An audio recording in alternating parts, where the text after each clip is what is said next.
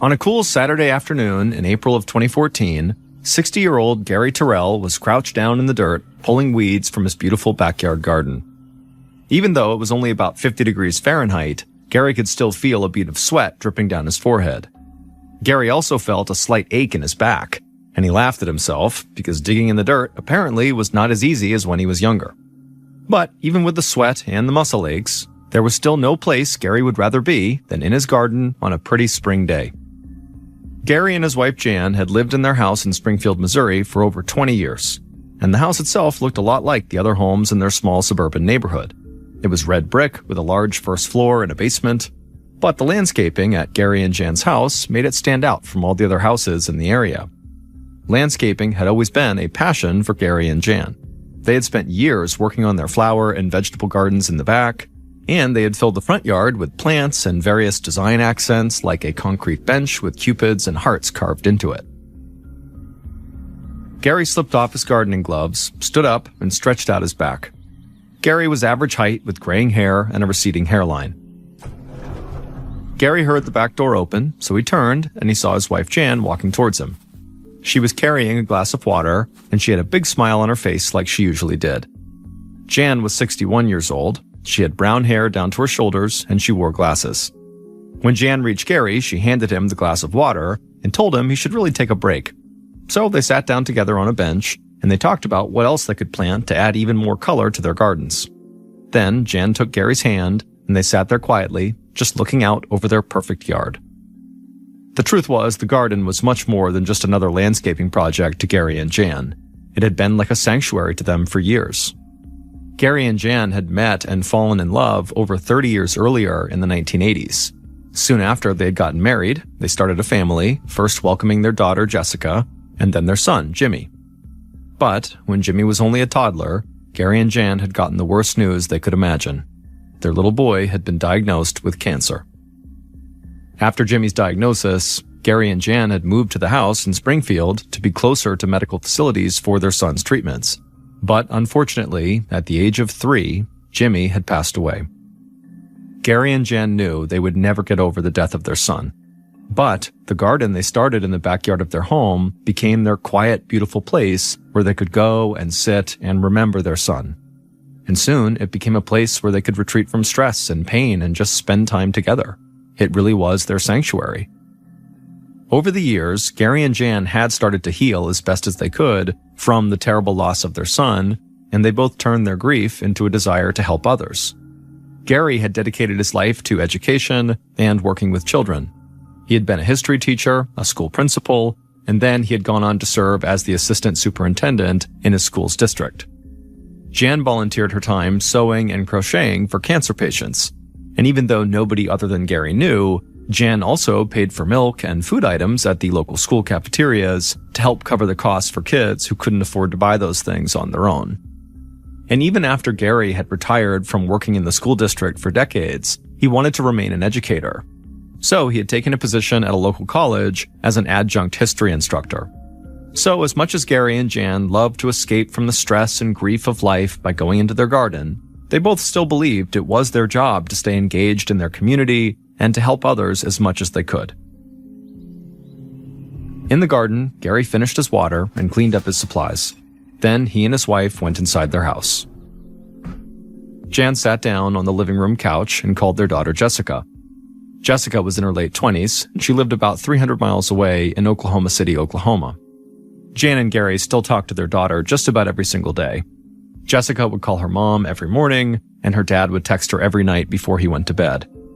But lately, Jessica and Jan had been on the phone with each other even more than usual because Jessica was planning her wedding. And that day, Jan had called Jessica to set up a time for them to go wedding dress shopping together. They decided Jessica would drive up to Missouri in a couple of weeks, stay with her parents, and she and Jan would shop for as long as they needed until she found the perfect dress. While Jan talked to Jessica on the phone, Gary made his way through the first floor of the house towards his home office. It was true that the outside landscaping Gary and Jan had done over the years really did set their house apart, but the inside of their house was also very different from other homes. In fact, the inside of their home wasn't like anything anyone in the neighborhood had ever seen. The inside of Gary and Jan's house was like a small museum or a curiosity shop filled with all kinds of rare items. Gary loved world history. That's why he continued to teach the subject even after he had technically retired. But Gary's love of history had also turned him into an avid collector. At first, Gary had begun collecting things like old books or rare furniture pieces he found at garage sales. But over the years, Gary's collecting had turned into something way bigger than just a hobby. The walls on the first floor of the house were covered with shelves, and those shelves displayed antique handguns and rifles, Native American spearheads, first edition books, jars filled with old coins from all over the world, and countless other collectibles. On his way to his office, Gary stopped for a second in front of a large wooden table that displayed his prized possession, 3 rare 19th century scrimshaw walrus tusks. Scrimshaw was the art of hand-carving detailed pictures or intricate designs into bone or ivory objects like whale and walrus tusks. Gary looked at his prized tusks and he smiled. Each one was worth about $10,000, but their monetary value was not really why Gary loved them so much. As a collector, he had to work hard to track down these kinds of very rare items. He combed through catalogs, visited antique dealers, talked to other collectors, and still went to local garage and estate sales in search of rarities. So these 3 scrimshaw tusks represented a lot of time and effort by Gary. And the artwork and craftsmanship of these 3 pieces just totally blew Gary away. Gary stepped away from the walrus tusk display, walked down a hallway, and went into his office. The shelves in his office were overflowing with books. Some were hard to find and long out of print, and others were just books about history that Gary enjoyed reading. Gary sat down at his desk, and he reached over into a jar that was filled with all these silver coins. Like the walrus tusks, most of these coins were very rare and worth a lot of money, and Gary was on a mission to catalog all of them. Cataloging items in his collection made it much easier for him to trade with other collectors because that way he knew exactly what he had, and he could give others a description of all the objects he owned. But cataloging coins was also kind of like sitting in the garden for Gary. There was something about the sound the coins made when they clinked against each other, and the time it took to determine exactly when and where each coin was from that brought Gary a real sense of peace. Gary wasn't sure how long he'd been sitting at his desk cataloging these rare coins when his phone buzzed in his pocket and it sort of snapped him out of his peaceful trance.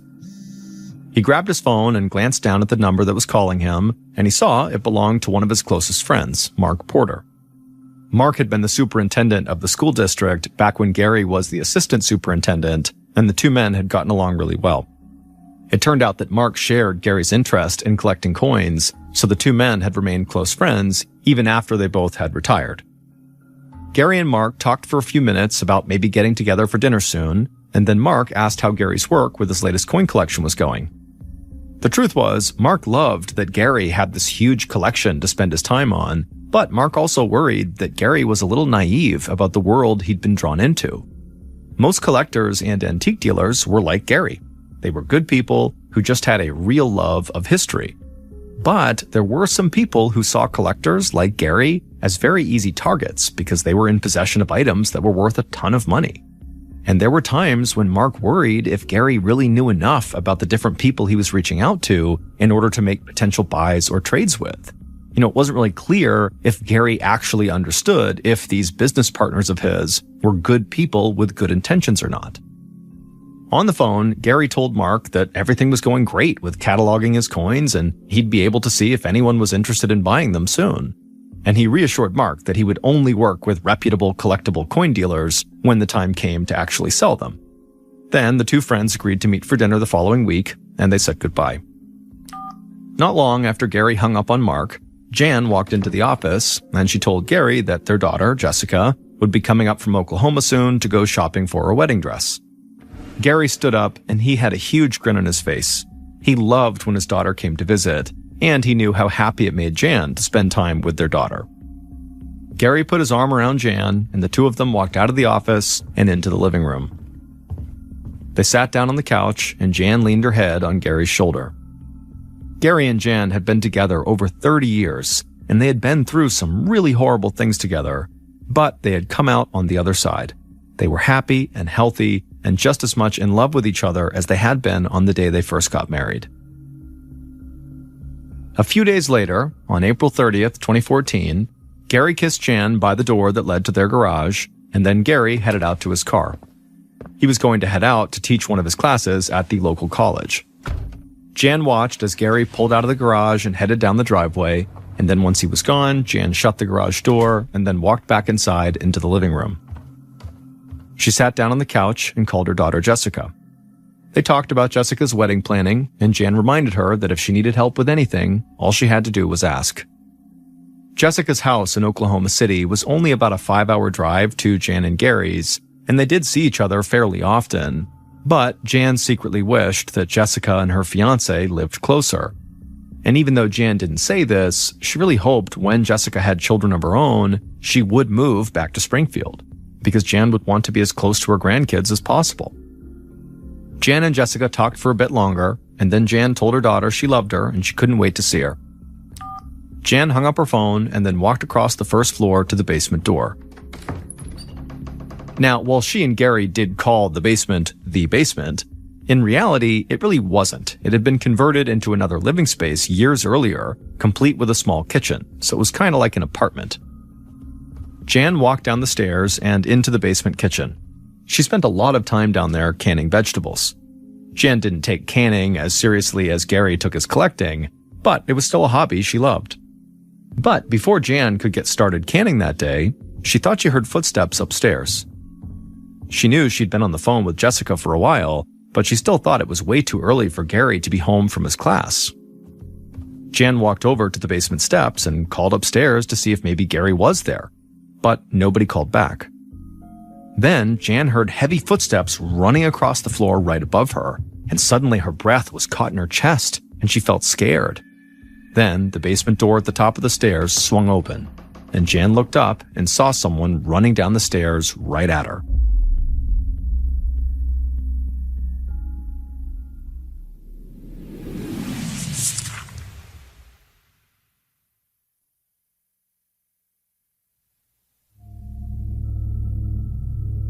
The next day, on May 1st, 2014, Jessica, Gary and Jan's daughter, nervously tapped her foot and stared down at her phone inside of her house in Oklahoma City.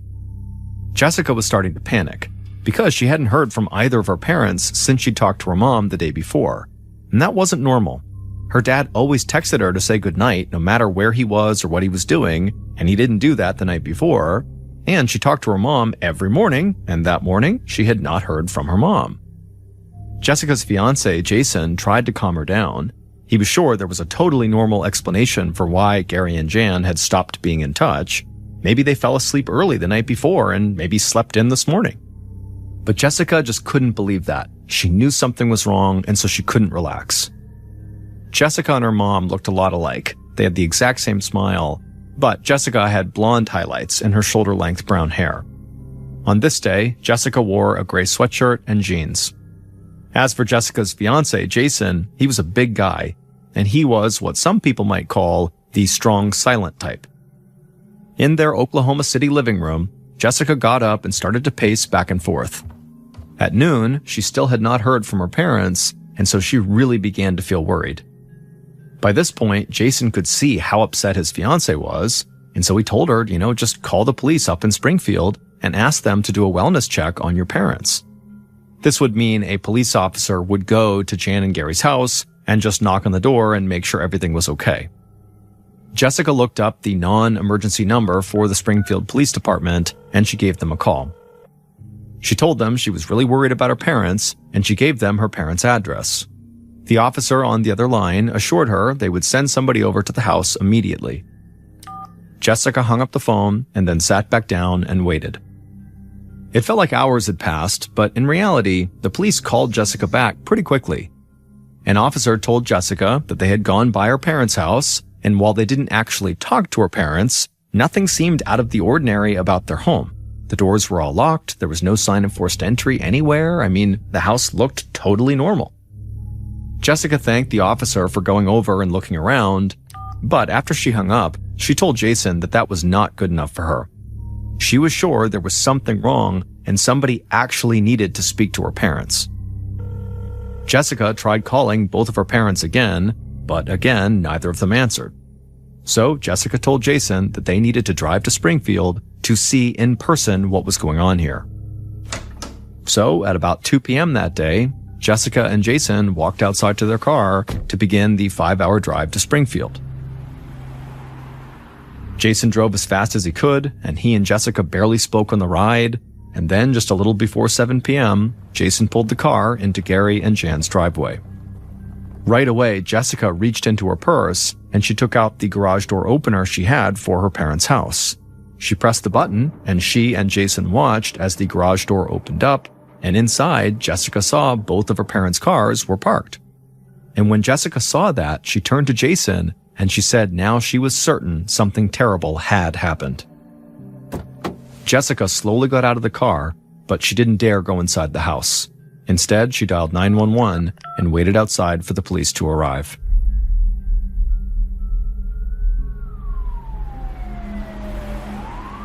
A few minutes after Jessica called 911, a police cruiser arrived in front of the house. 2 uniformed officers stepped out of the car and approached Jessica and Jason, who were still standing outside in front of the house. The officers saw the garage door was open and that there were 2 cars parked inside. The officers asked Jessica and Jason if either of them had gone into the house. Jessica said they hadn't, but she was sure something was wrong. She also told them the door that led into the house from the garage was always unlocked. The officers told Jessica to wait outside, and then they walked into the garage. Jessica was right. The door in the garage leading into the house was unlocked. So the officers walked through that door into the house and made their way down a hallway towards the front of the house. And not far from the front door, they saw a man's body lying in a pool of blood with a gunshot wound to his chest. As soon as they saw this, one of the officers called into the station, and then both officers drew their guns and began slowly making their way through the rest of the first floor. The officers were tense. They had no idea if the shooter was still in the house. They didn't find anyone else on the first floor, so they made their way to the basement door, they opened it up, and began going down the stairs, again with their guns drawn. But before even making it halfway down the steps, the officers saw another body. It was a woman lying face down on the floor below. Even from a distance, they could see a gaping wound in the back of her head.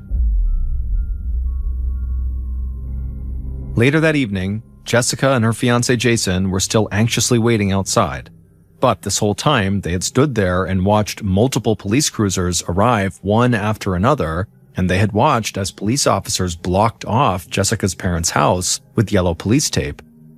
One officer had told Jessica and Jason that 2 bodies had been found inside of the house, but those bodies had not been identified yet. However, Jessica knew it had to be her parents, and she'd be right. In the darkness, Jessica watched another car pull up in front of the house. This one was not a police cruiser, but a sedan. And out of the sedan came 2 tall, thin men wearing suits with buzzed brown hair. In the low light, the 2 men could easily pass as brothers. The men approached Jessica and Jason and introduced themselves as detectives Chris Barb and Neil McCamus of the Springfield Police. Like the first officers on the scene, the detectives learned that Jessica and Jason had not gone inside of the house before or after they called 911. Barb and McCamus asked them to continue waiting outside, and then the 2 detectives made their way inside of the house. Once they were inside, they joined the state forensics officers in the front room where Gary's body was lying. The detectives were immediately taken aback by the amount of blood that had pooled around his body, and they soon discovered that Gary had been shot and bludgeoned. While this type of violence was shocking to see, even for these experienced detectives, there were a couple of other things about the scene that really stood out to them. Gary's pants were pulled down to about the middle of his thighs, but Barb and McCamus didn't think it looked like someone had tried to undress Gary. Instead, they thought maybe someone might have dug through Gary's pockets after he was dead, and Gary's pants had sort of slipped off his waist. But Gary's pants being down were not remotely the strangest aspect about the scene. Forensics officers had found white dust and flakes all over Gary's body. It was clear to investigators that the dust was not cocaine or any other kind of drug, but they had no idea what it was. So, as forensics officers collected samples of the white dust for testing, detectives Barb and McCamus followed a uniformed officer across the first floor and down to the basement. At the bottom of the stairs, another forensics officer was crouched over Jan's body. Barb asked if the wounds on Jan's body matched the ones on Gary upstairs, and the officer said only partially, because Jan had not been shot like Gary had been. Barb and McCamus crouched down, and just like upstairs, they saw the same white dust and flakes. They also saw a latex glove turned inside out on the floor, not far from Jan's body. The detectives left the forensics team to do their work in the basement, and they made their way back upstairs and through the rest of the house. Eventually, they went into the garage, and they saw a concrete floor-to-ceiling tornado shelter standing in the corner. Garage shelters like that were pretty common in the area because Missouri was part of what's often called Tornado Alley, an area of the United States that experiences a ton of tornadoes. But detectives Barb and McCamus noticed something strange about this tornado shelter right away. A combination lock had been added to the structure. While locks were not out of the ordinary for outdoor shelters, they weren't that common in garage shelters. Because the idea that during a tornado, people would rush into their garage to get in their shelter and then have to fiddle around with a lock first just felt really unnecessary. And so Barb and McCamus walked over to the shelter to get a better look at this lock. And when they got there, it was clear someone had struck that lock over and over again in a failed attempt to get it to open. So the detectives were pretty sure that Gary and Jan had converted this tornado shelter into a sort of safe, hence the lock. And then whoever had killed them had then tried to break into this safe, meaning whoever had killed them knew Gary and Jan had converted the shelter into a safe. They knew where the safe was, and they very likely had an idea of what was inside of it. And so, for detectives Barb and McCamus, there was now one very obvious suspect, Gary and Jan's daughter, Jessica, who had apparently been so worried about her parents that she drove 5 hours to check on them, but apparently not worried enough to actually go inside the house.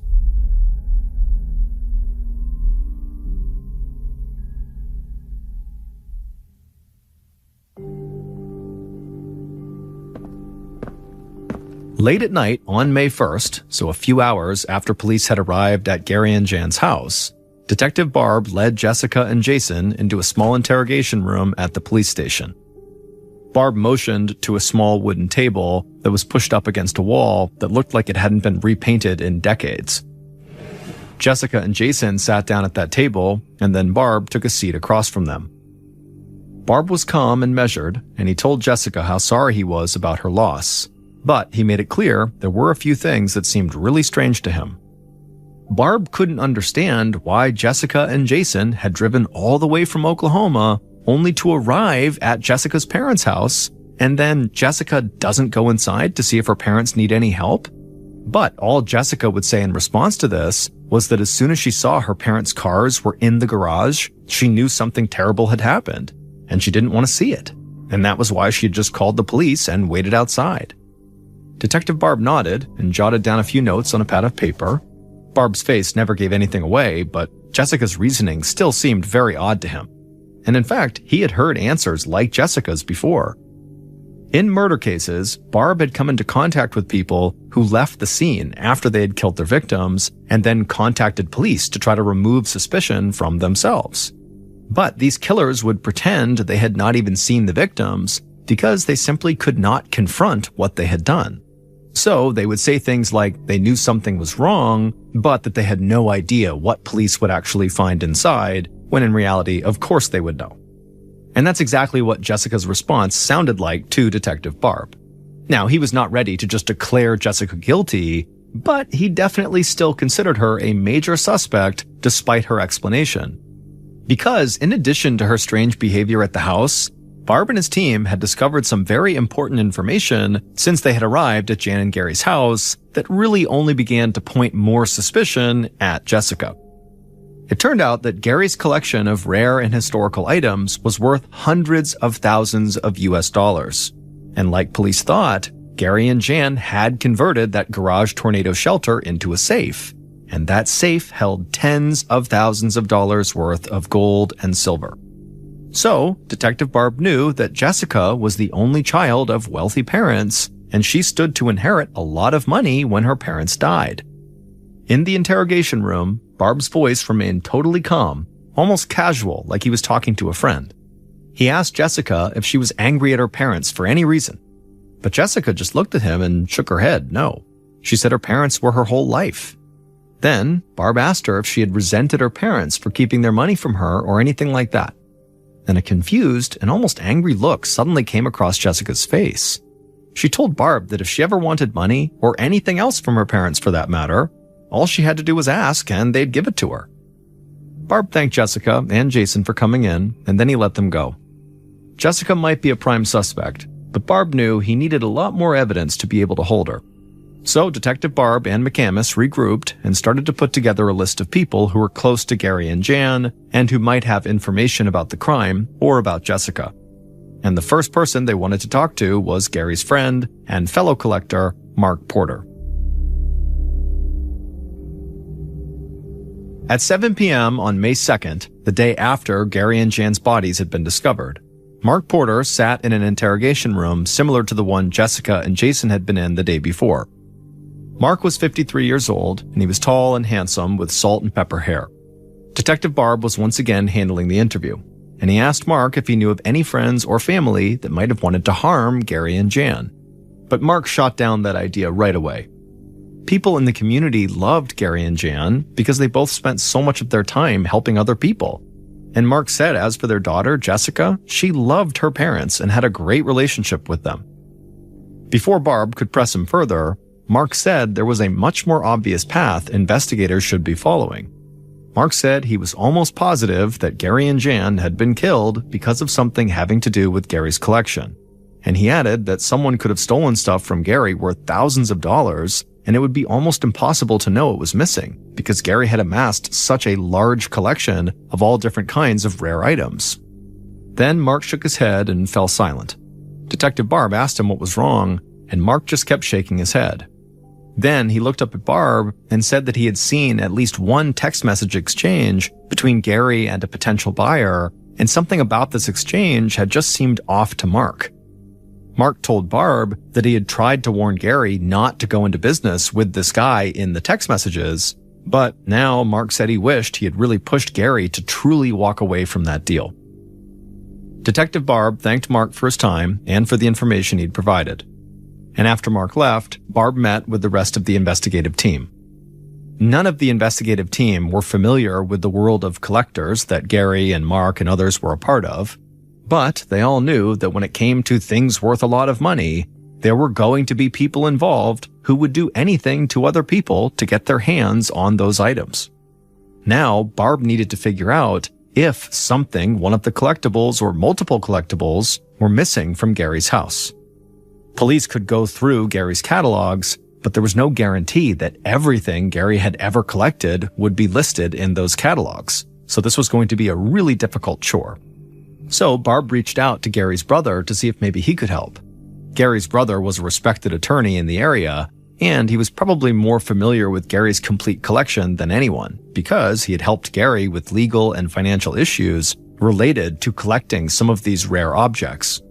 Detective Barb wasn't willing to rule Jessica out as a suspect, but what Mark had said did make a lot of sense, and investigators started focusing on the murders as possibly being the result of a robbery, and they hoped either Gary's brother or the test results from the mysterious white dust they were waiting on would lead them to the killer.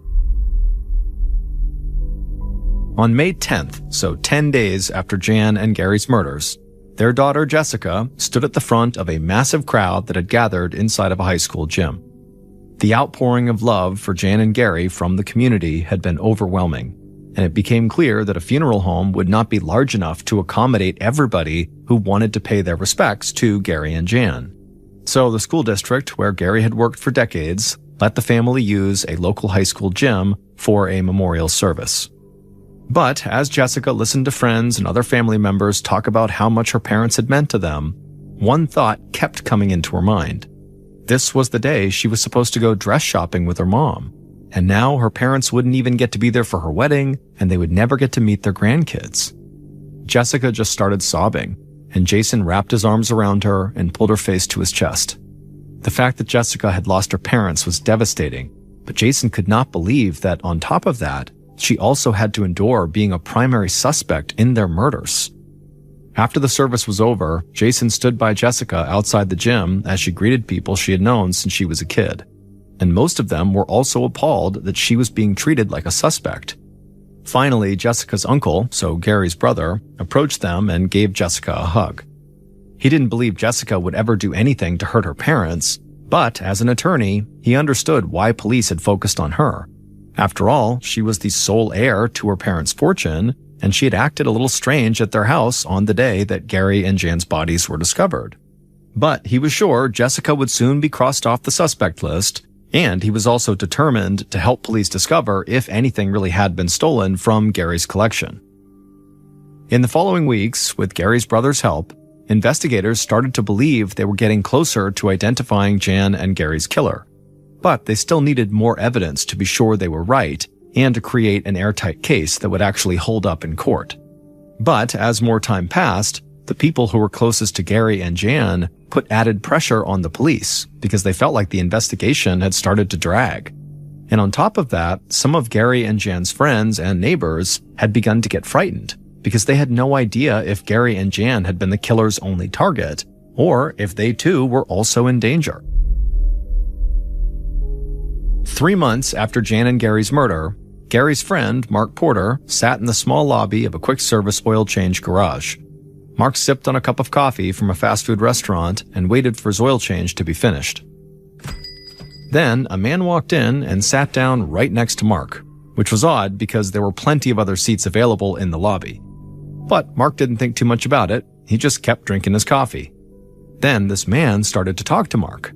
It was just small talk, and Mark responded politely. Finally, Mark heard someone behind the counter call his name. Mark put down his coffee, nodded to the stranger who had been talking to him, paid for his oil change, and then went outside to his car. But as Mark drove away, he got this weird, uneasy feeling in his stomach. Who was that guy, and why had he sat down right next to him and just started talking to him? It just felt odd.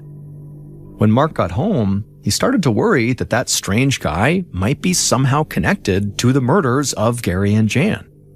But as Mark continued to fret over the next few days about this mystery guy and what he meant, Detectives Barb and McAmis decided they were ready to make an arrest. Because they now knew what had been stolen from Gary's collection, and they knew what that mysterious white dust was that was found at the scene. So they were sure about who had killed Gary and Jan and how they had done it.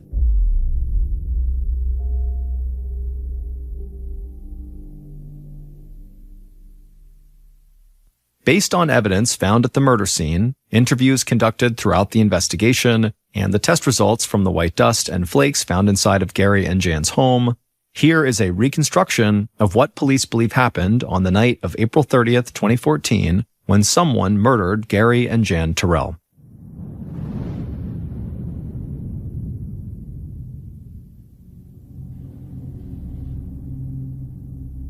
It was still light outside, so the killer casually walked up to Jan and Gary's front door as if they were just there for a visit.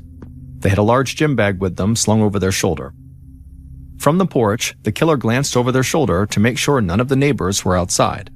Satisfied, the killer reached into their pants pocket and pulled out a pair of latex gloves. The killer slipped on the gloves and then reached into their other pocket and pulled out a key. They used that key to open the door, and they stepped inside. The house was quiet.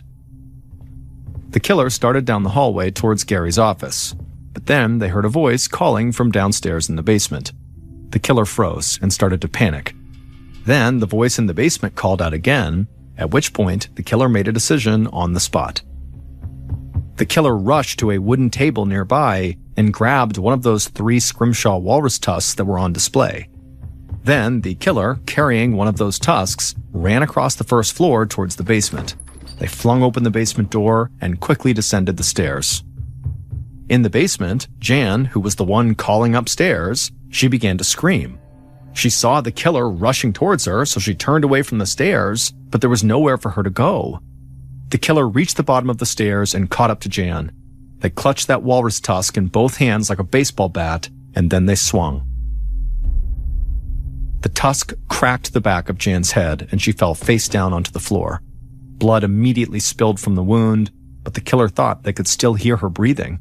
So the killer stood over Jan's body, raised up the walrus tusk again, and slammed it back down into the back of Jan's head multiple times. With each blow to the back of Jan's head, white dust and flakes fell off of that tusk. It would later be determined that the killer had used so much force when smashing Jan's head with that tusk that pieces of Jan's hair were literally embedded into her skull. Finally, the killer stopped smashing Jan's head with the tusk. They stood there for a second and then went back to the basement stairs and headed back up to the first floor. Everything had happened so quickly that the killer didn't realize one of their latex gloves had slipped off their hand and fallen near Jan's body. Upstairs, the killer made their way past the front door, down the hall, and into Gary's office, still clutching the bloody tusk in one of their hands. Once in the office, they grabbed something off the desk, opened up their bag, and dropped it inside. But before the killer could take anything else, they heard the front door open. Again, the killer froze up and began to panic. Then they made another split decision. They opened up one of the desk drawers, pulled out a handgun that was inside, and then ran out of the office down the hall. When the killer got to the front door, Gary, who was the one who had opened the door, he was standing there and he was calling out for his wife. The killer shouted at Gary, and Gary turned to see them, at which point the killer raised the gun and fired. The bullet struck Gary in the chest. Blood spattered across Gary's clothes and he fell to the floor. The killer had no idea if Gary was alive or dead, but they weren't going to take any chances, so they stood over him, raised up the walrus tusk, and smashed Gary with it. Again, white flakes and dust from the tusk fell to the floor. Eventually, the killer stopped bludgeoning Gary and just stood there in the front room, breathing heavily and feeling totally crazed. Gary and Jan were now dead. The killer tried to collect themselves and calm down their breathing. Then they slipped the tusk and the gun into their bag. They got down on the floor and reached into Gary's pockets, searching for money or other valuables. Gary's pants slid down his legs as the killer did this, but the killer did not find anything of note in Gary's pockets. So the killer walked back through the house and went into the garage. There, they grabbed a hammer from Gary's tool rack and then walked over to that tornado shelter that they knew had gold and silver inside, and the killer began smashing at the lock with the hammer. But when it became clear that they could not break this lock, the killer just put the hammer back and went back inside the house. They walked past Gary's body, opened the front door, and stepped outside. It had gotten darker outside, but there was still light, so the killer tried to act as casually as they could as they locked the front door behind them, then got into their car and drove out of the neighborhood. Later that night, the killer sat down on the couch in their home, reached into the bag they had brought to Gary and Jan's house, and took out the item they had stolen from Gary's desk. It was a jar that was filled with old coins. The killer wished they could add these coins to their own collection, but instead, the killer would sell these coins as fast as they could. Mark Porter, Gary's friend and former co-worker, had been the one who murdered Gary and Jan. It would turn out Mark was in massive debt due to gambling losses and other poor financial decisions. And weeks before the murder, he had asked his friend Gary to borrow a staggering $250,000 US. Gary had been totally stunned by this request.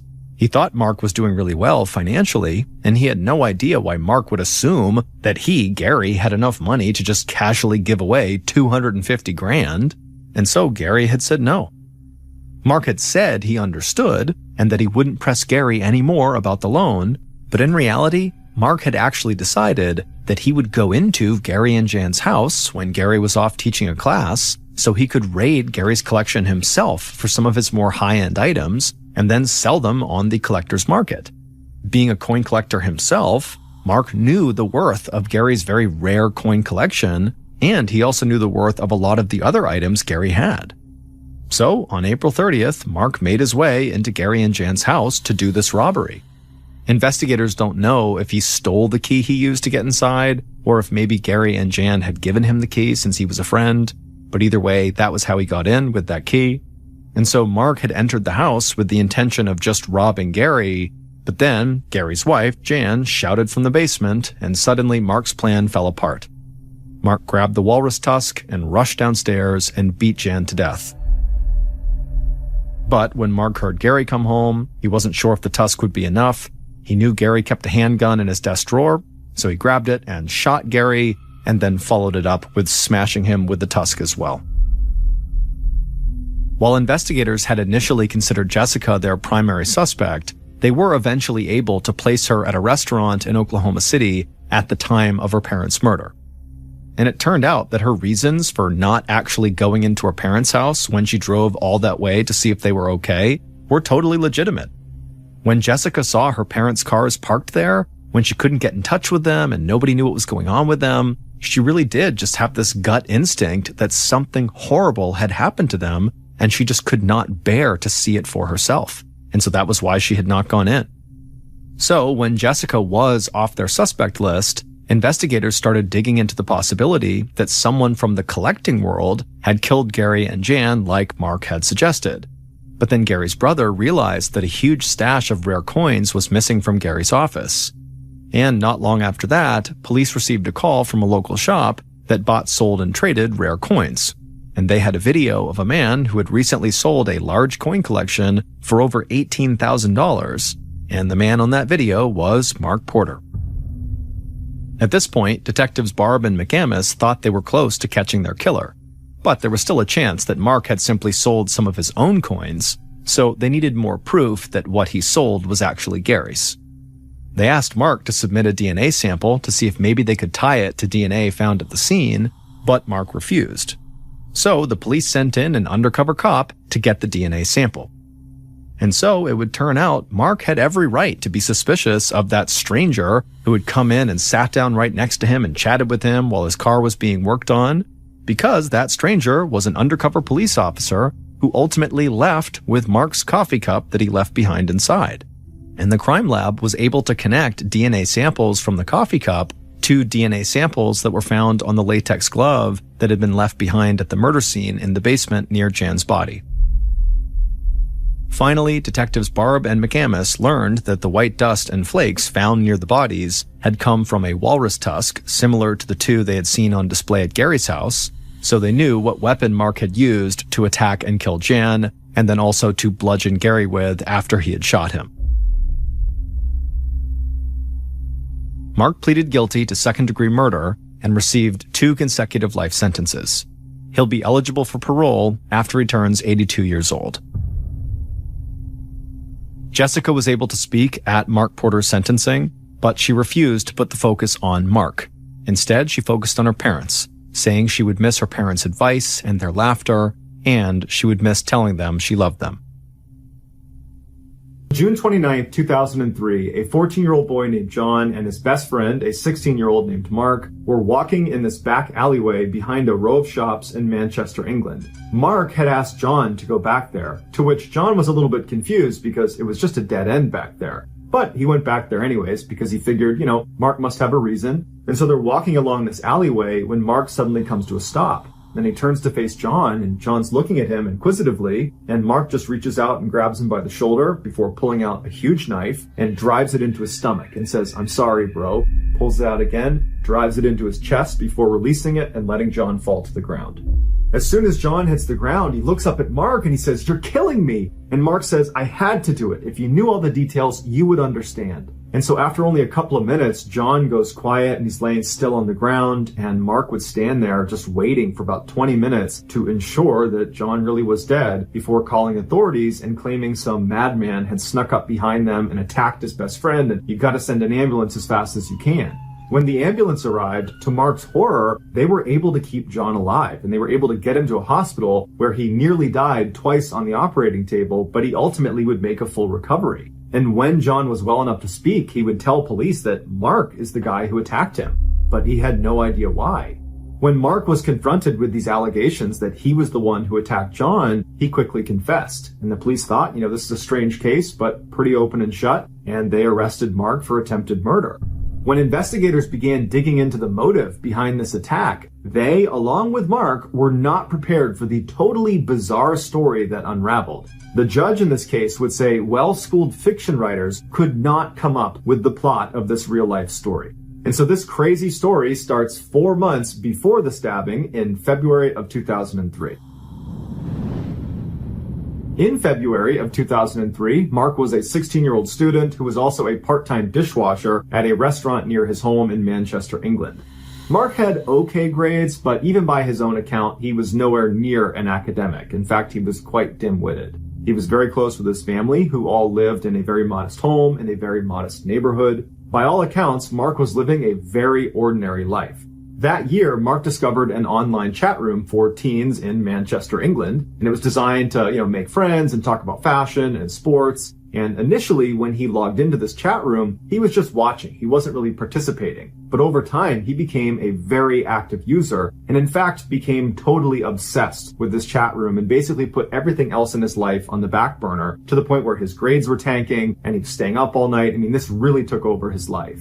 Also in February of 2013, John was a 14-year-old student who lived in Manchester, England, but not near Mark, and at this point he had not met Mark yet. He was incredibly intelligent and polite and charming, and he was an excellent, excellent student, and he went to a very, very prestigious school. But while John's academic life was going really well, his home life was kind of in shambles. His mother had a series of really crappy boyfriends that always left, and they always left her feeling very depressed. And it was just a very sad environment around his mother. And John, unfortunately, had grown up believing one of his mother's ex-boyfriends was his biological father. And even though this boyfriend had abandoned the family, John at least knew who his dad was. But it would turn out his biological father had actually abandoned him when he was a brand new baby, and he had no way of figuring out who his dad even was. John really wanted to escape his home life. He wanted to just live somewhere else, have an adventurous, happy life away from all the sadness and depression he was around all the time. And so it was in that frame of mind that he discovered this chat room, the same one that Mark had discovered. Although they don't know each other yet, they're both entering the same chat room.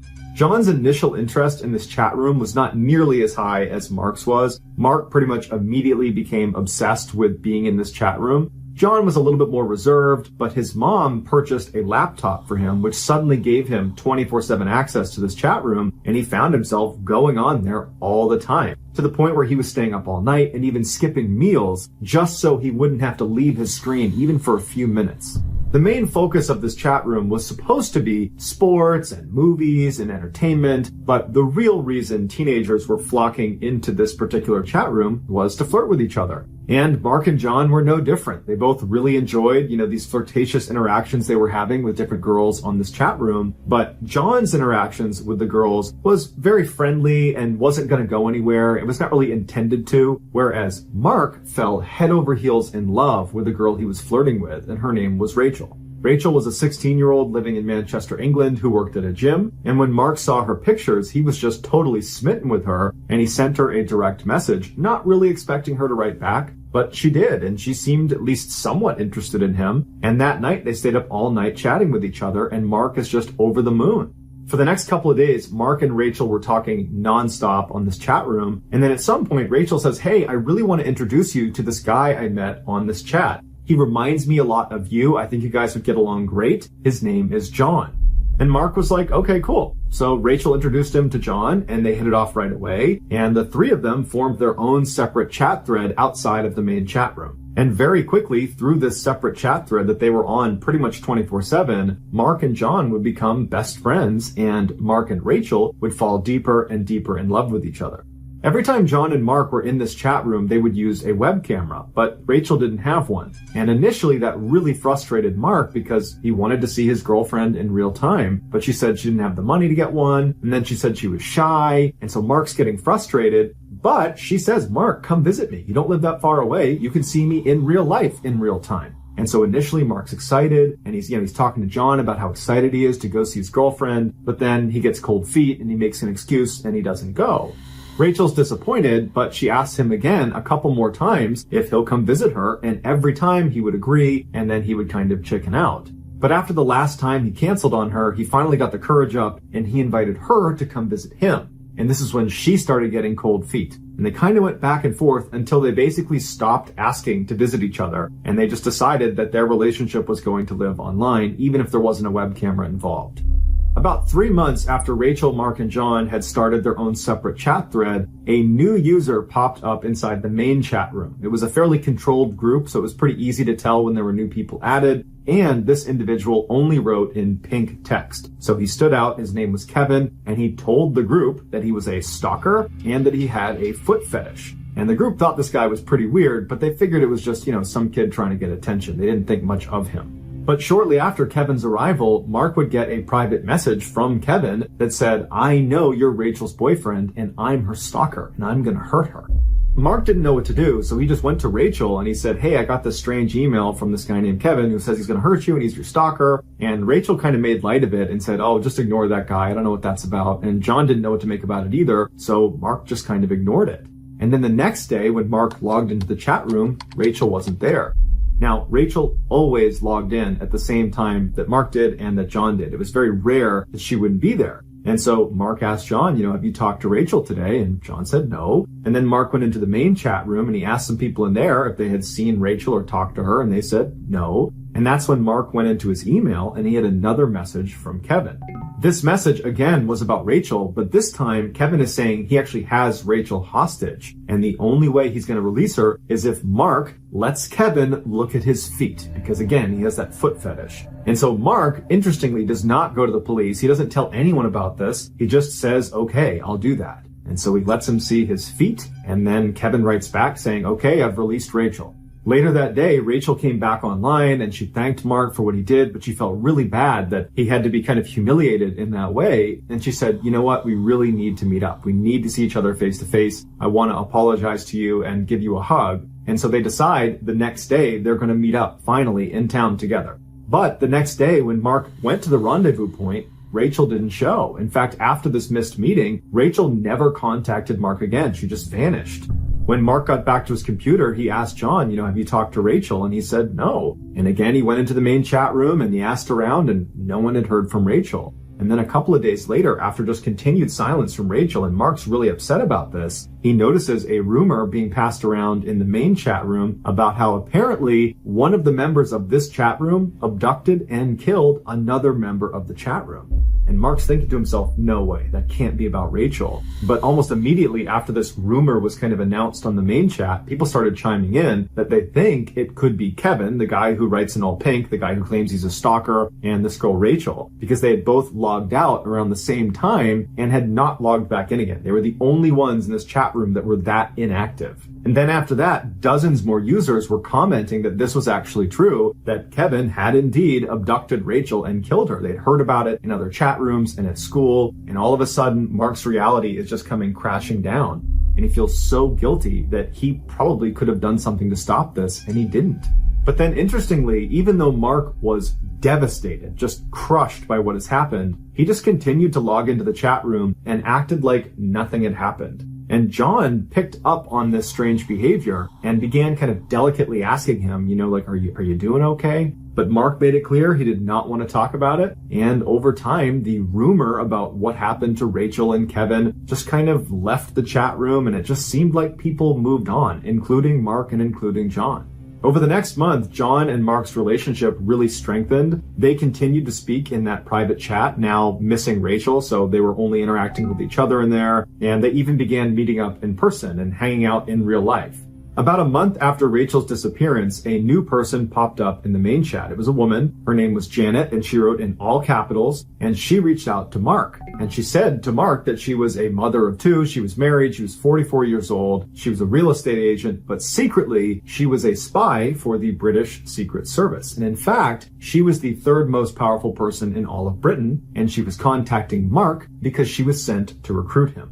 She told Mark if he agreed to work with her, not only would he become an agent like her, he would become fabulously wealthy, and he could be her boyfriend. Now, of course, to an adult, this sounds preposterous and sounds like an obvious scam. But you gotta remember, Mark at this time was extremely vulnerable. He's just lost his girlfriend under very suspicious circumstances, but no matter how it happened, she's gone and he's still grieving her loss privately. And he's just not a very bright person, so he's kind of primed to be taken advantage of. and she was promising him all the things he wanted in life: status, money, romance. And so even though he didn't necessarily believe everything Janet was saying, he wanted to believe her, and so he went along with it. He did not tell John about his interactions with Janet, perhaps signaling that he didn't fully believe it and was maybe embarrassed to give away details, but we don't know. As soon as Mark told Janet he was prepared to work with her, she made him swear an oath through the chat and then told him he would need to go to London for initiation, where he'd be meeting the Queen, amongst other dignitaries and officials. At this point, Mark asked a couple of qualifying questions, namely, how would I explain to my mom that I was just going to suddenly leave for a couple of days in the middle of the week and miss school? I have to give her a reason for that. And she would say, your mother will be looped in on this process. In fact, once you go to London for initiation, we'll be in touch with her, giving her progress reports on how you're doing, and you'll have 2 opportunities every day to call her. Feeling satisfied that this was in fact legitimate, he told Janet, okay, when do you want me to go? And she said, well, there's a caveat. You have to pass a series of tests before you're going to be allowed to go to initiation. This is where Janet explained to Mark why he specifically was being recruited. She said his friend, John, was actually not named John. His real name was James Bell, and he was a very, very important person. But she couldn't say why until he passed his first test. And so Mark's very confused by this, and he says, okay, well, what's the first test? And she says, well, you need to demonstrate you can protect your friend, James Bell. And so I want you to escort him from his school to his dentist appointment tomorrow. You're going to be his bodyguard for 1 day, but you can't let him know you're his bodyguard. He can't know that you know his real identity. So if you can do that successfully, when you get back, I will explain to you why he is so important. At this point, Mark is very committed to this, so he says, yep, I'll do it. He reaches out to John that day and he says, hey, can we hang out tomorrow? And John tells him, yeah, but I have a dentist appointment right after school, so maybe after that. And Mark says, oh, don't worry, I'll tag along for your dentist appointment. And John's like, great, I could use the company. So the next day, Mark meets up with John, aka James Bell, and he walks with him from his school to his dentist appointment, and he doesn't notice anything suspicious, so he doesn't need to do any bodyguarding duties. And after the dentist appointment, the 2 of them just go to a mall and they spend the rest of the day together. Once Mark got back to his house and opened his computer, there was a message waiting for him from Janet. And the message said, we had agents following you and you did a great job. You passed your first test. Now I can tell you why James Bell, your friend John, is so very important. And she told him that at the bottom of the Atlantic Ocean is this big safe that only a couple of countries know about. And inside of that safe is 568 billion pounds. And it belongs to the Queen. But only one person has access to that safe. And that person is James Bell. Literally, his body would need to be in front of the safe for its special scanner to scan him, recognize it as James Bell, and then it would open its door. Despite its implausibility, Mark believed this was real. Not so much because he naturally believed the safe at the bottom of the Atlantic Ocean was real, but it was because he totally believed Janet was real. Janet had the ability to know what he was wearing, where he had gone that day, what he was up to. I mean, she seemed to know everything about him. And it's because she told him she has agents monitoring him all the time, disguised as bus drivers and teachers and mailmen, that basically he was under constant surveillance. And she explained to him that that's what happens when you're being recruited. We have agents watch you. So when Janet gave Mark his final test, despite how shocked Mark was at what he had to do, he was willing to do it because he really believed he was doing it for the government. The test was simple. Mark needed to kill John, aka James Bell. And she explained to him that James Bell actually had an inoperable brain tumor and he was going to die any day. And if the wrong country found out about this, they could steal his body after he died and they could use his body to gain access to this safe. And so we need to preemptively end his life, take control of his body, and get that safe open. She told Mark if he completed this test, he would move on to the initiation phase in London where he would meet the Queen and he would get his first paycheck of 80 million pounds and he would officially become Janet's boyfriend. Mark is in so deep at this point, he is fully committed and he says, yes, I'm prepared to do this. And she says, okay, your new name is Agent 47695 and you need to go buy a large knife. She said there was going to be an abort code for this test, which was going to be 6969. And if at any point he hears anybody say that to him on the day he's supposed to carry out this attack, that means it's off and do not do it. So on June 29, 2003, around 11 a.m., Mark and John, aka Agent 47695 and James Bell, met at a bus station in Manchester. Mark took John down the alleyway that Janet had instructed him to go down to commit the stabbing, and she had assured him she would be one of the first people to arrive on scene. She would be dressed as a detective, and she would ensure he did not get arrested. And so once he was in position, Mark turned around, grabbed John by the shoulder, pulled out his knife, said he loved him, and then began stabbing him. When the police arrived, Janet was not there, and Mark, after giving his statement about what happened, was asking the police officers, when's Janet going to be here? And no one knew what he was talking about. After John survived the attack and said Mark was the one who attacked him, Mark would tell police, you gotta find Janet. She's the one who can explain what's going on here. But Janet never arrived because Janet didn't exist. Neither did Rachel. Neither did Kevin. Neither did James Bell. Neither did 189 other accounts that Mark interacted with on a daily basis inside of that chat room. And all of those fake accounts were determined to be controlled by one person, and that one person was John. When John was confronted with all these confiscated chat logs that clearly showed he was behind all of these accounts, he confessed.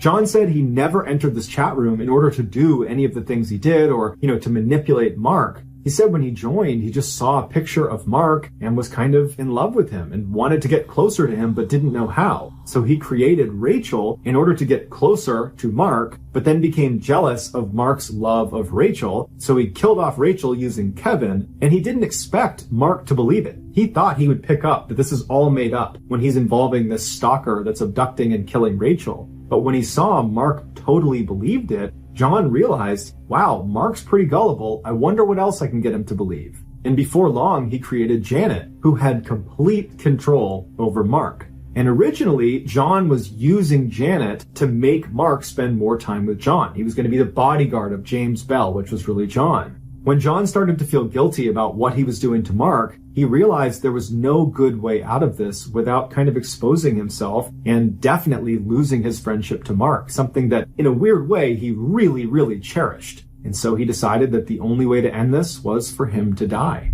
And that's when he had Janet flip the script from protect James Bell to kill James Bell. And even on the day where he was going to get attacked, he had given that abort code. So maybe some part of him thought, I don't necessarily want to go through with this. But he never used the abort code. He was literally prepared to die to protect that relationship with Mark. Mark might have had suspicions that something was up with Janet or even Kevin or Rachel, but he never suspected John was behind any of these accounts. He learned about this betrayal when they were in court, and John is confessing once again to being behind all of these people that Mark had been interacting with. Apparently in court, when Mark is hearing this for the first time, he was just standing there, mouth open, just completely dumbfounded that he's hearing this. And then he would say afterwards, I've been such a fool. Mark was convicted of attempted murder, but he only spent 8 months in jail, and then he was given a 2-month probationary period where during that time, he could only go on the internet with supervision, and he wasn't allowed to enter into any chat rooms. John was convicted of inciting his own murder, which no one else has ever been charged with, so this is a first. And he was not given any jail time, but he was given 3 years of probation, where in that time, he was not allowed to use the internet without supervision, and he also was not allowed to enter into any chat rooms. And both boys were told they had a permanent restraining order on the other. So for the rest of their lives, they will never interact.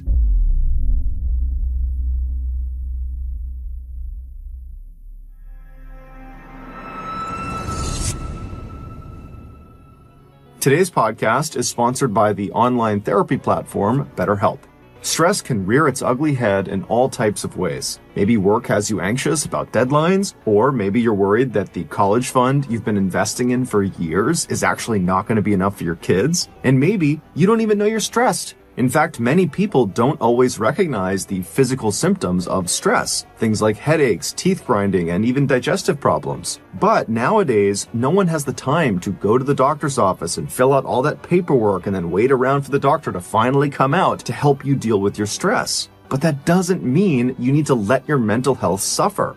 Now, you can get the professional help you need from the comfort of your own home, and that's with BetterHelp.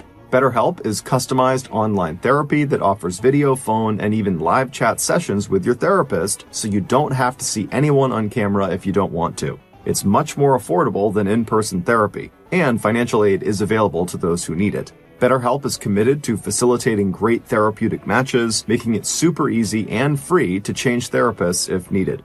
In today's world that's telling you to do more, sleep less, and grind all the time, here's your reminder to take care of yourself, do less, and maybe try some therapy. So, give it a try and see if online therapy can help lower your stress. Mrballen listeners can get 10% off their first month at betterhelp.com/MrBallenPod. That's BETTERHELP.com/MrBallenPod.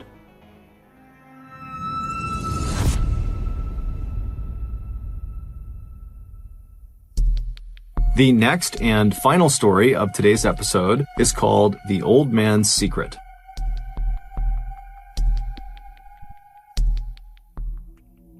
On August 28, 1984, an 18-year-old girl named Elizabeth went missing. On the first day she was gone, her friends and family went out looking for her, but they couldn't find her. The following day, when she still hadn't shown up and no one had heard from her, her parents went to the local police station in their Austrian town of Amstetten, which is about an hour west of Vienna, and they reported her missing. The police launched an initial search of the town and the surrounding areas, but after several weeks, they had found nothing that connected to Elizabeth and where she might have gone. A month after she had been reported missing, her parents came back to the police station, except this time they were carrying a note they say they received in the mail from their missing daughter. It was postmarked from a town that was about 2 hours west of Amstetten, and in this note, Elizabeth writes directly to her parents, and she tells them that she had grown tired of living with them, and she did not want them to come looking for her, and if she discovered they were looking for her, she would just flee the country.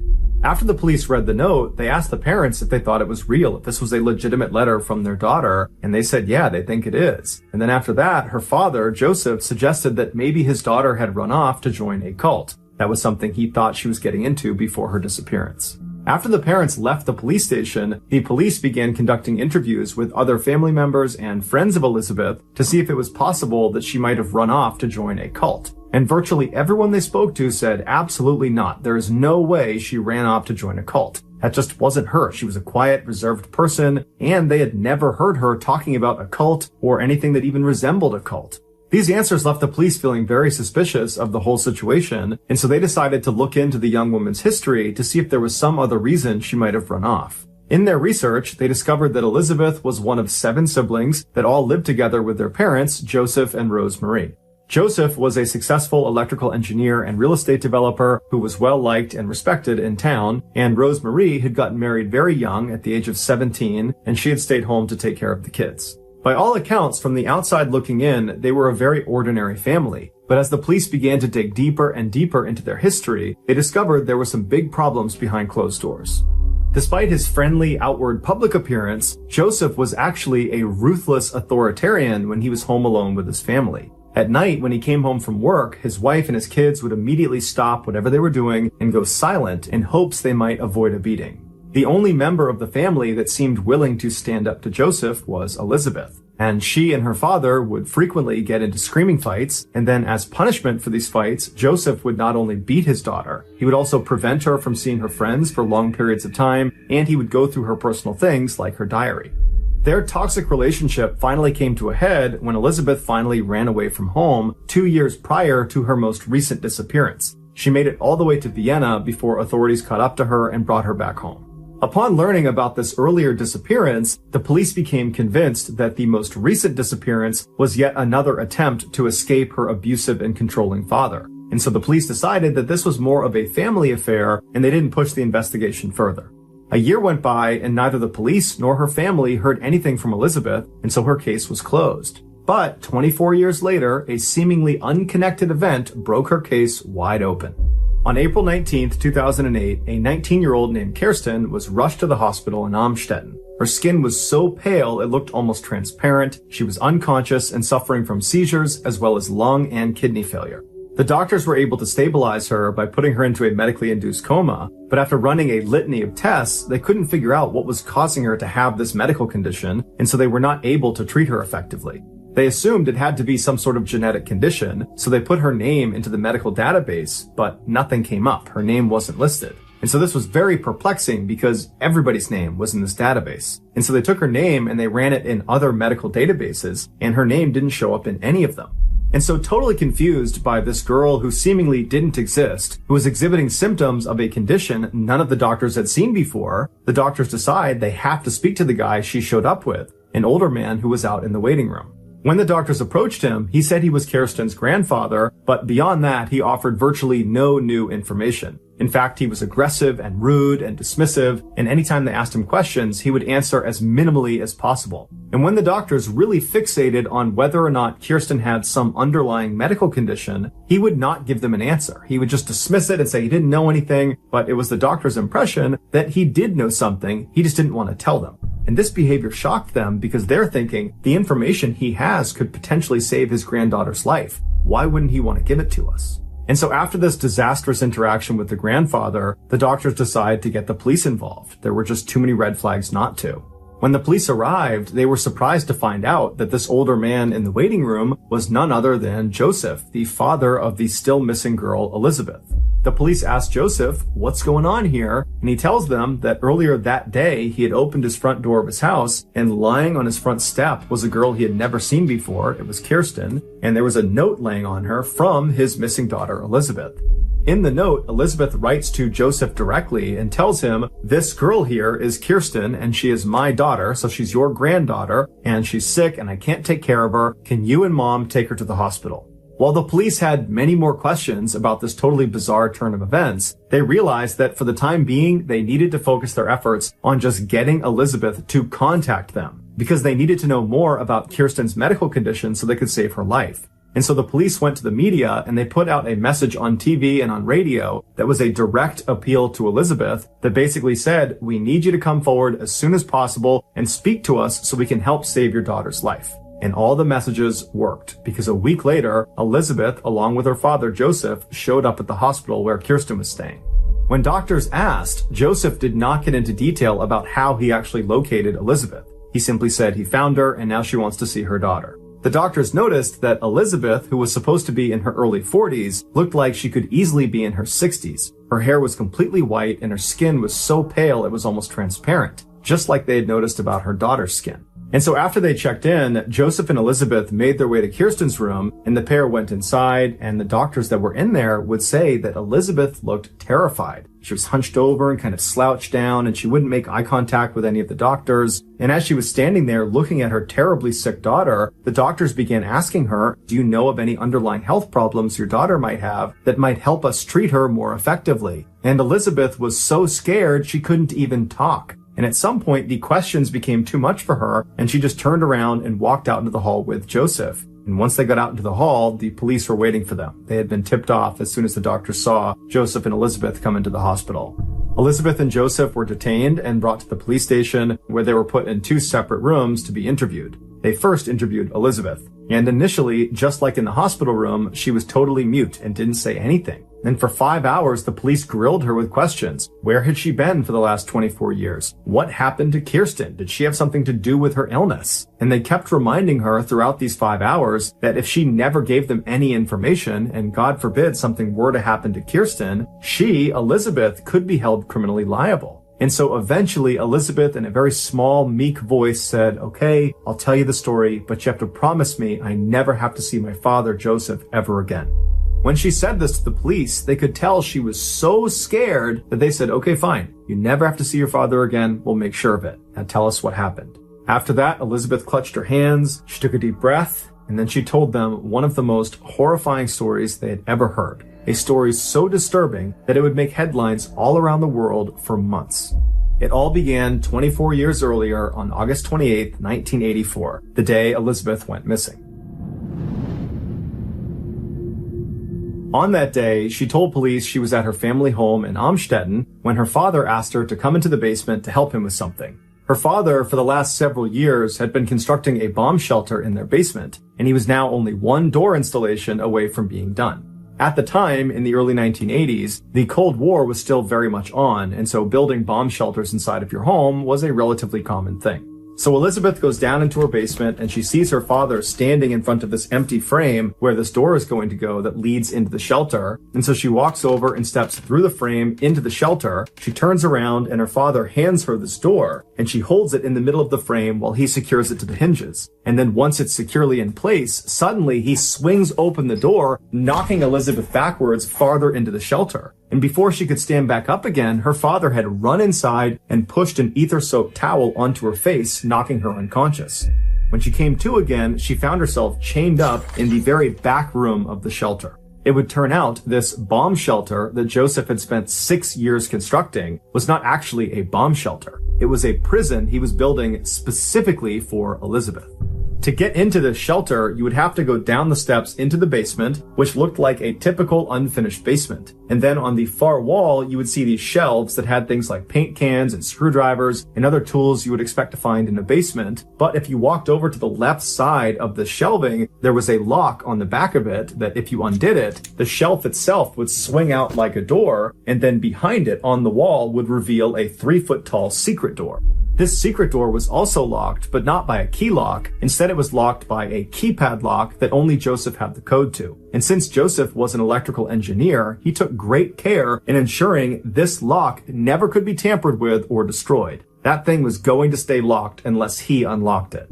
When Joseph entered his code into the keypad, he could open that secret door and it would reveal this secret underground prison that was basically a winding maze of small rooms with ceilings that were too short to be able to stand up all the way in.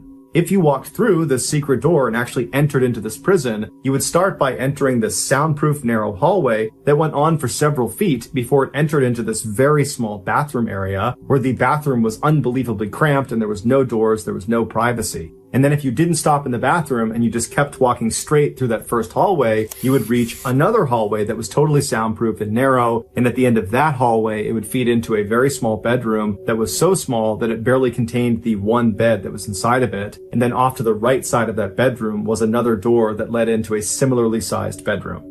All of the walls of this underground prison were made of thick, reinforced concrete. That, combined with the soundproofing that Joseph had installed throughout the entire prison, meant no one could hear Elizabeth's cries for help. Also, the inside of the prison was heavily monitored by Joseph's security system. So truly, Elizabeth had absolutely no privacy. She was completely trapped, and the only way she was getting out was if her father freed her. For the first 5 years of her imprisonment, she remained in that dungeon all alone. Her only connection to the outside world was her father, who would come down almost every night to drop off basic supplies and to assault her. As far as Joseph's wife and his other kids knew, he was just spending all this time in the basement because that's where he worked when he was not at the office. In 1988, Elizabeth became pregnant with her father's child. She was terrified of the pregnancy and begged Joseph to at least allow her to deliver the child in a hospital. But he refused. He wasn't willing to potentially expose himself for what he was doing. And so he gave her a book about childbirth, and he gave her a pair of scissors to cut the umbilical cord, and he said, "Good luck." And so on August 30th, Elizabeth delivered her daughter, Kirsten, alone in that basement. Following the birth of Kirsten, Elizabeth would deliver 6 more of her father's children, all the same way she delivered Kirsten, alone and in the basement.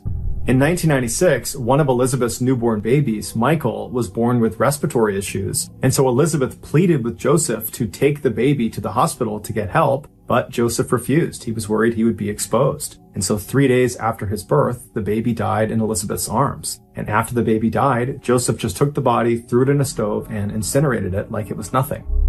In the late 90s, the 6 living children down in the basement were getting bigger and noisier, and so Joseph came up with a plan in order to reduce the chances of them being discovered. And so one day, Joseph went downstairs into the basement, and he took one of Elizabeth's youngest children away from her. And then he threatened her and the rest of the kids down there that if they tried to fight back or if they ever tried to escape, he would seal off the basement and he would gas them to death.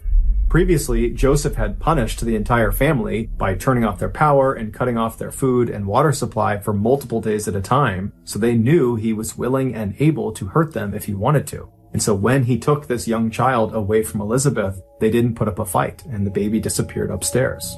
And when Joseph's wife, Rosemary, came home, he put on this elaborate charade about how he had discovered this baby on the front step and that there was a note attached to the baby and it was from Elizabeth, their missing daughter. And this child was apparently Elizabeth's and she couldn't take care of it. And she was leaving it here for he and Rosemary to raise it as their own. And Joseph had actually made Elizabeth write out this note and sign it to add credibility to the story. And so when Elizabeth's mother, Rosemary, saw this note and heard Joseph's story, she believed it.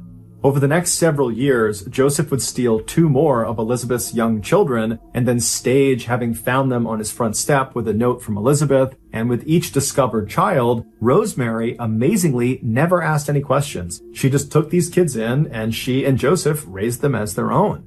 Eventually, when these 3 kids got old enough, Joseph would tell them that their real mother, Elizabeth, was a lowlife and she had abandoned them and she didn't care about them, when in reality, their mother and their other 3 siblings they didn't know existed were locked up in the basement below their feet.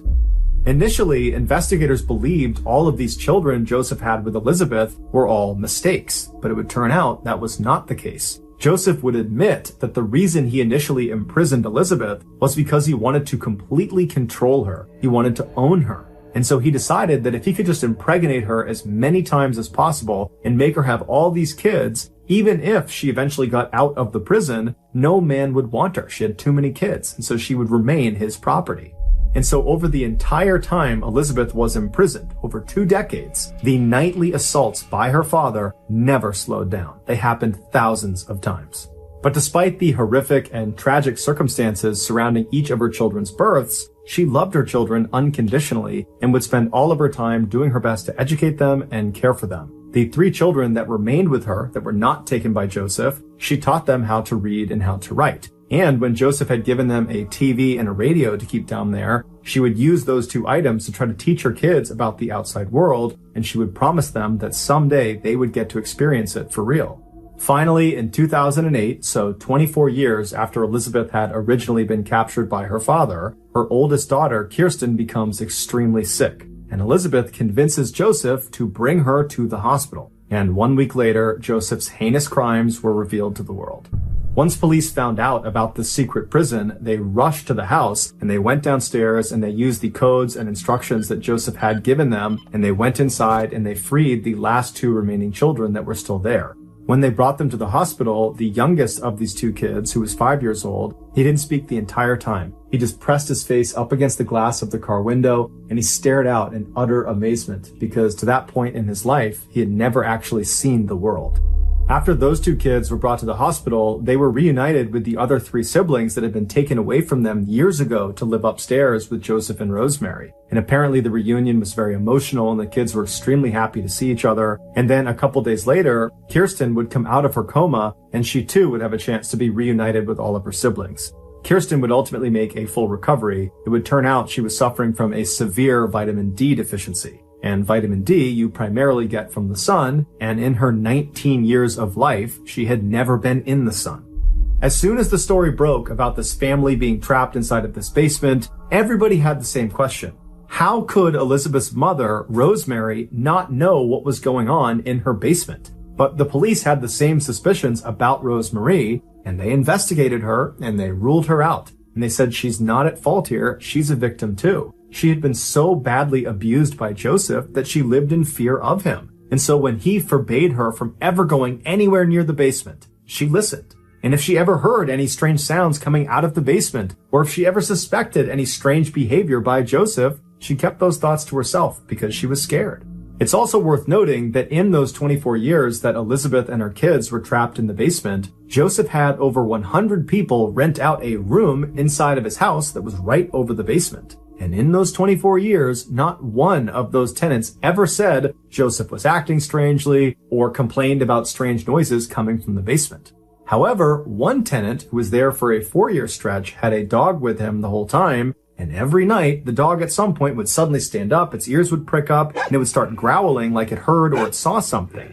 And at first, this tenant would try to see what the dog had seen or heard, but after never seeing anything, he would always just dismiss the dog when it did this at night. Later on, when that tenant figured out what was actually happening inside the house while he was there, he realized his dog was most likely hearing the faint sounds of the family that was imprisoned right below him.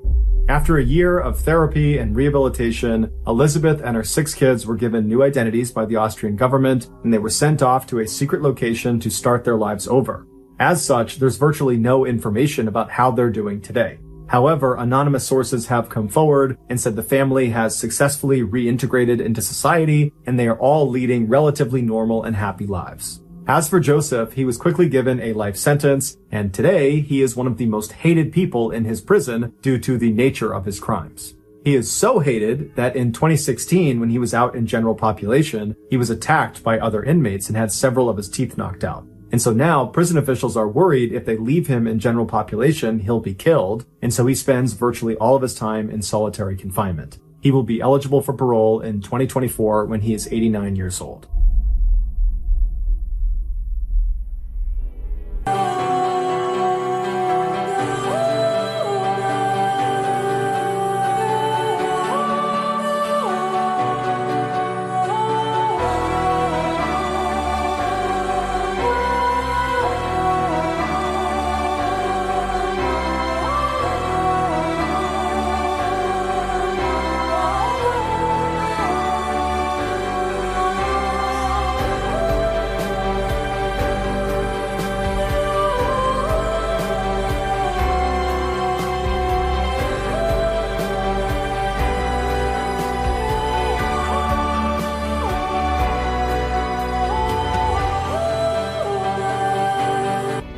Thank you for listening to the Mrballen podcast. If you enjoyed today's story and you're looking for more bone-chilling content, be sure to check out the rest of our studio's podcasts, Mrballen's Medical Mysteries, Bedtime Stories, and Runfool.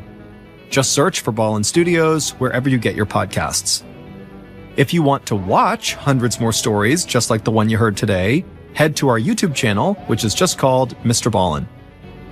So that's going to do it. I really appreciate your support.